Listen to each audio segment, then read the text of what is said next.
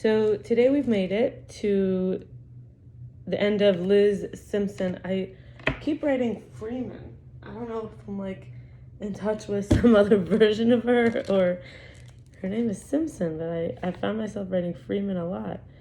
I don't know where I got it from. Anyway, I don't even know a Liz Freeman that I could think of. So interesting. I wonder if I'll ever meet her and ask her if she's related to a Liz Freeman. It turns out maybe it's her maiden name, or I don't know where I picked it up. Anyway, so we've made it. Like, I've been basically using the chakras, which are wheels of energy, for us to better understand just not the actual chakras, but the study of the chakras, the structure, to better understand the sphirot. Why? Because we're in the Spheres Omer. This is the 49 days, 7 times 7 weeks, 7 days a week of the 7 emotive qualities. Now we're going into some of the sphirot that are not part of the Spheres Omer. The Spheres Omer is 7 by 7, but it's actually 10. There could be 11. One of them is a transcendent, so it's not included, and it's back to 10. The transcendent one is called keter. I feel everyone could look it up if they need to. Da'as is the one that gets birthed from the knowledge and wisdom, left and right. So keter is the one we're working with today, the crown. And then in the chakras, in terms, there's not really exactly sphirot. The spheres are sort of like the attributes, and each one is like has a relationship with all the others. It's called inter-inclusion, versus the chakras, even though they relate to each other, they're sort of in this line in the central column. So I have used them kind of to understand different elements of some of these central column sphirot. But the sphirot go right and left arm, right and left leg, the feet. These do not relate specifically to the chakras. So clearly here, I'm not telling someone that they have to learn about the chakras. I'm only speaking about how we can understand our spheros, our spheres, our energy orbit centers. Orbit means it's constantly falling into itself. So this is sort of a vortex.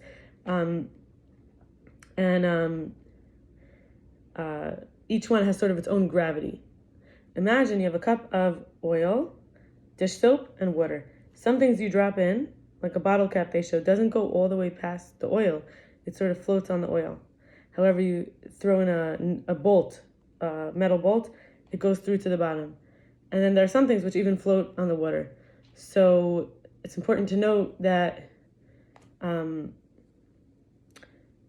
something else might float between the dish soap and the water versus the dish soap and the oil.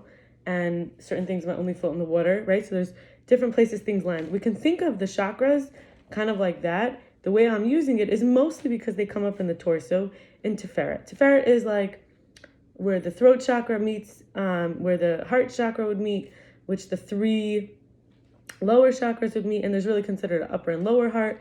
I've gone into this a lot, but I'm still using the framework of the spheros. The spheros are sephirot. To be frank, to be clear, the word sephir in Hebrew is related to the word sephir, which is story or light, bright, like luminosity, brightness. It's even related to the word sapphire, story, counting, and so on. A few words like that, and also sphere here. So we finally made it after many videos to our crown, which we call the keter. Keter means crown. And so everything is stepping stones to get here, to our divine self. It's a rebirth, a continual unfolding of the new experiences. It's considered like the 1,000-fold. It's drawn in some cultures like with petals, like to show you just how dramatic. It's really to represent infinity, but that each one is tuned to the highest state of consciousness. Now, how do we know in the Jewish lineage, or in the Jewish Torah study, that 1,000 is related to infinity? Because it does say that your legions, Hashem has infinite legions, and then in another place in Torah it says his legions are 1,000. So we know that 1,000 here could represent infinite. It's just saying each of these thousands has infinite of the retinue. And then we have the idea that Aleph, the letter Aleph, is related to Chachma, which is Keter, which receives from Keter, wisdom. And so this is about expanding intercommunication, interconnectedness, all things, all knowledge. It's the allness, it's enlightenment, self-realization, it's really fulfillment. It's a state of consciousness, our highest state of infinite consciousness. And when we awaken to this element, we call it in Hebrew Keter consciousness. It's like open to the possibilities of infinity, of space and time, and have the divine wisdom and understanding with which to reap the benefits, because wisdom and understanding come from it. For example, Chachma, I've mentioned, is like the dot and Bina is the line. Let's go a little deeper. Chachma is this point. And how do you get a point to grow? Think of a sperm. It has to gestate, germinate. It has to mature. It has to be given something with which to use this information it has to make more of itself. Like a seed is a point that you plant, and then you get a tree, or really something massive. Sometimes there's a vine that we can imagine, how big they get. So just the idea of something small. But do vines start from seeds? Okay, Google, do vines start from seeds? On the website growinginthegarden.com, they say, plant a few seeds, provide a trellis, and then stand back and watch them grow. Quick growing annual vines are a beautiful way to cover a trellis, add vertical interest, and Yeah, oh, okay. I don't know why I blanked for a second. Even lettuce has seeds. Cucumbers, peppers, chives. I'm growing a few things. God willing, they'll grow. Parsley, dill, thyme. I'm growing. So that's an aside to say that Bina focuses on one at a time. Not to say that you can't have a pregnancy with twins or triplets. These are special occurrences. But the idea that this is sort of germinating and fleshing out in Bina, in the understanding. So we have an idea, it's a point.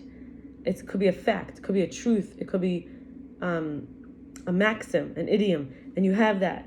And then Bina kind of practically applies it, makes it real, brings it out, okay, and develops it. So this is elementary, our connection, which in Torah we learn that we have a connection at all times from this crown of ourselves. It's straight to God. This is the Jewish understanding of the Jewish nation, that even though you have people who are sometimes, seemingly far from God, they're still connected, never not connected, unless they cut themselves off from God. How could we say that that's possible? This is the paradox, that it could be that you get cut off into your shell. The shell itself is also made of godliness. Everything is made of godliness. However, it's a kind of density that cannot be elevated and revealed. It cannot be see-through. You cannot see the light through it. So this is when someone is in that way cut off from God. So kind of like you're in a dark cave. Certainly you're not cut off from the rest of the world, but it can certainly seem that way. And there are people who die stuck in a cave because they can't get out. So there's cosmic energy, the whole universe, and we're connected in this way that I described. Since we're connected straight to God, we're connected to the entire universe, to every molecule, to everything. Everything.